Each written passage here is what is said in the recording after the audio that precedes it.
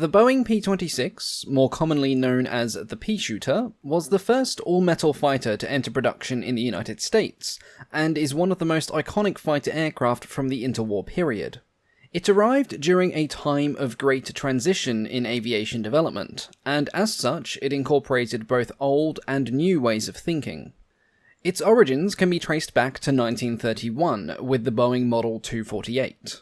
The 248 started out as a private venture by Boeing, who were looking to develop a new type of fighter using their own ideas, as well as features that had previously been proposed by the Army Air Corps.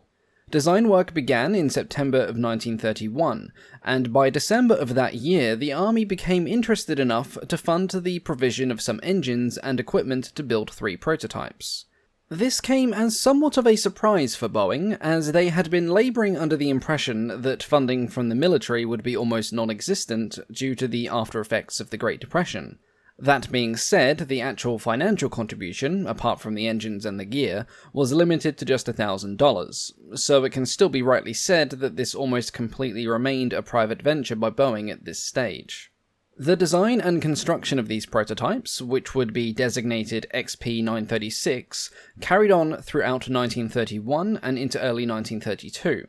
The aircraft first took to the skies on March 20th of that year, and then the 3 prototypes were dispersed for various testing. The first plane went to Wright Field for Army evaluation, the second was flown to Anacostia for the Navy, and the third went to Selfridge Field for service testing. The results from these tests were quite excellent, and the Army purchased 2 of the aircraft on a contract on June the 15th, and gave them the new designation XP-26.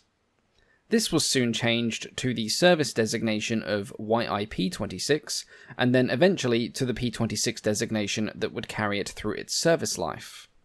Boeing had originally envisioned a far more modern aircraft, but their designers were frustrated by various external factors, most of which involved penny-pinching by Army staff.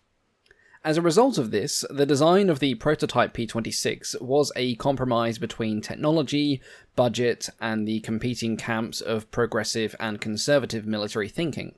The aircraft featured an all-metal monocoque fuselage, which was definitely a modern concept compared to many other aircraft of the time, most of which had a fabric-covered fuselage of metal or wood framing. However, the rest of its design was less cutting-edge. The wing was wire-braced, as opposed to the cantilever wings that were beginning to appear on some other modern aircraft designs. Its 9-cylinder Pratt & Whitney engine drove a simple, 2-blade fixed-pitch propeller.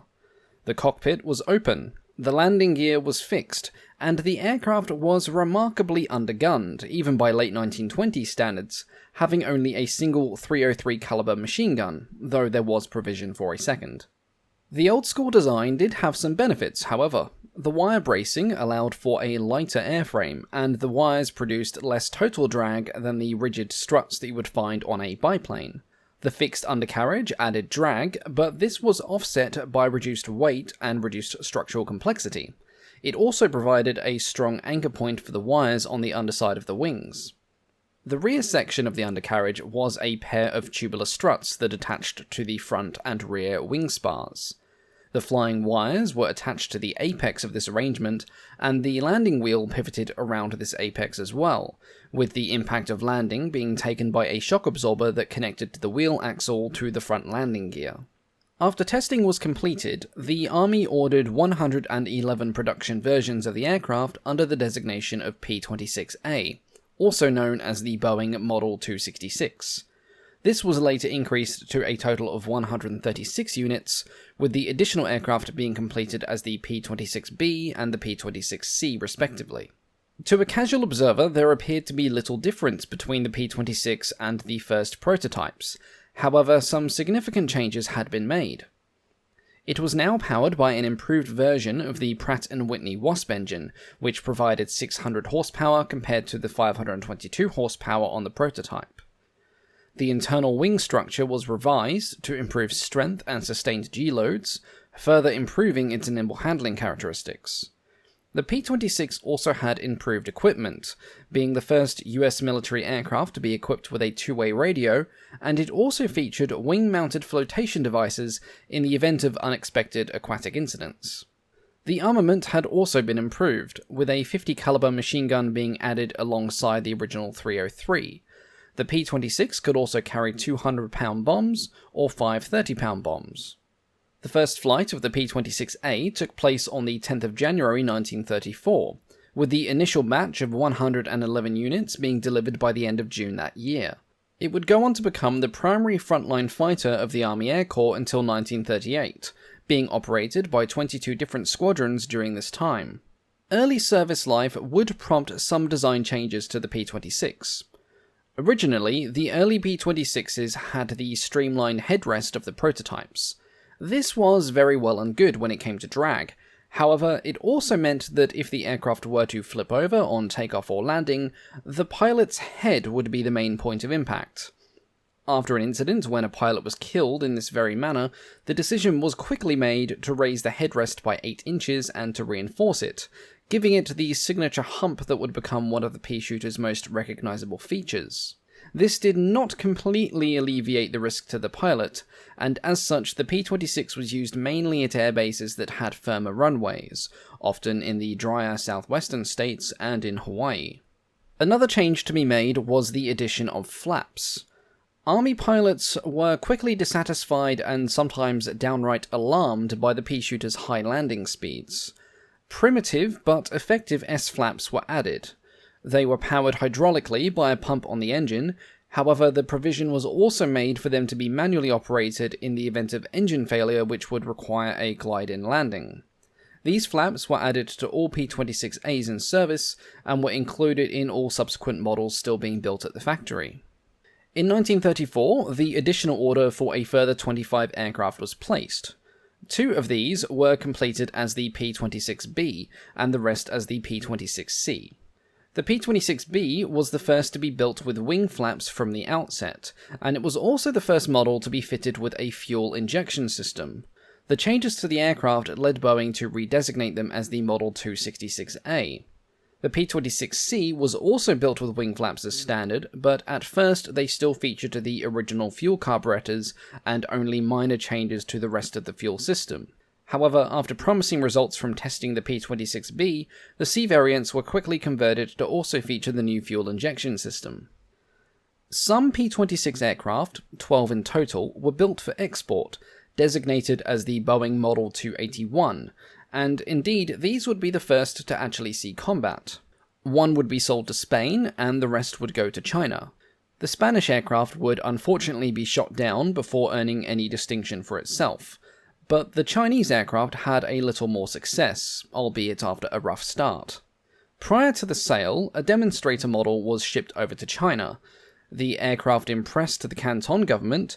However, it failed to get support from the Kuomintang officials because of a fatal accident during a demonstration flight. 10 fighters were ordered by Canton and arrived in January of 1936. Due to the political situation in the region during this time, a topic that's complicated enough to give most historians a mild headache, these aircraft would eventually wind up in the service of the central government after a series of defections from the Cantonese Provincial Air Force. All 10 aircraft would eventually wind up there, being organised into the 17th Squadron of the 3rd Air Group based near Nanking, their previously white airframes being repainted in the standard olive camouflage used by the central government. In this guise, the 281 would get its first taste of aerial combat.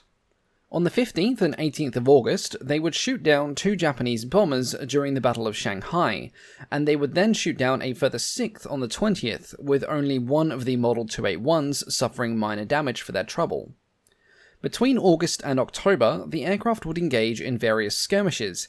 However, they were too few in numbers to make any significant impact, and the lack of spare parts severely hampered their effectiveness after the first month. Due to this, and the gradual emergence of more modern Japanese fighters, all Model 281s would be retired by the end of 1937. The P-26 had been withdrawn from frontline service by the time America entered the Second World War, being replaced by the Seversky P-35 and the Curtiss P-36. Some had been sold to the Philippines, however, and this is where they saw some heated action in the opening stages of the Pacific War. A lot of these aircraft would be destroyed on the ground in the first Japanese attacks, but 2 of them operated by the 6th Pursuit Squadron would become the first to shoot down Japanese aircraft, shooting down a bomber and 3 Zeros. 2 of those Zeros were shot down by Captain Jesus Villamor, who would be awarded the Distinguished Service Cross and Oakleaf Cluster for his exploits. The last Peashooters to see operational service would do so with the Guatemalan Air Force. Guatemala had purchased some aircraft directly from the Air Corps when the first were being retired from service in 1937, and the rest were subsequently purchased from Panama during the Second World War. Almost 20 years after first entering service, the Peashooter would see its last military operations during the 1954 Guatemalan coup. Despite not seeing a huge amount of combat during its operational life, and despite being rather quickly eclipsed by more modern designs, the Peashooter has solidified itself as a favourite amongst many aviation enthusiasts, myself included. A part of this can no doubt be attributed to its appearance, being one of the most striking monoplane designs of the early 1930s.